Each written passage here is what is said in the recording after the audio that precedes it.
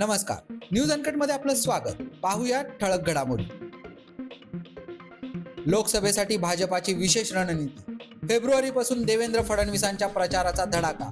दररोज 3 सभा घेणार. कांदा निर्यात बंदीचा निर्णय अन्यायकारक. अंबादास दानवेंचा केंद्र सरकारवर निशाणा. भाजपचे प्रदेशाध्यक्ष बावनकुळेंचा बीजेपी नेत्यांना इशारा. मी 15 वर्षे आमदार आणि ऊर्जा मंत्री म्हणून चांगले काम करूनही मला पक्षाने घरी बसवले, लक्षात ठेवा. पुण्यात विमाननगर भागात 10 ते 12 गॅस सिलेंडरचे मोठे स्फोट. आजपासून शिर्डीत नो मास्क नो दर्शन. प्रवेशद्वाराजवळच मास्क देण्याच्या पालकमंत्री विखे पाटील यांच्या मंदिर प्रशासनाला सूचना.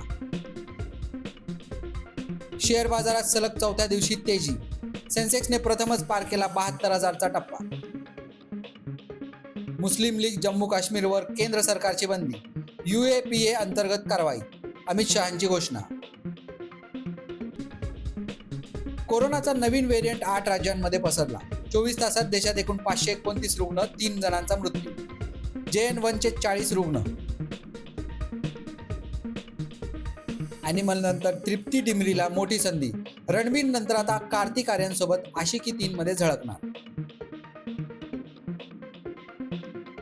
आणि दक्षिण आफ्रिकेविरुद्धच्या कसोटीत राहुलचे झुंजार शतक.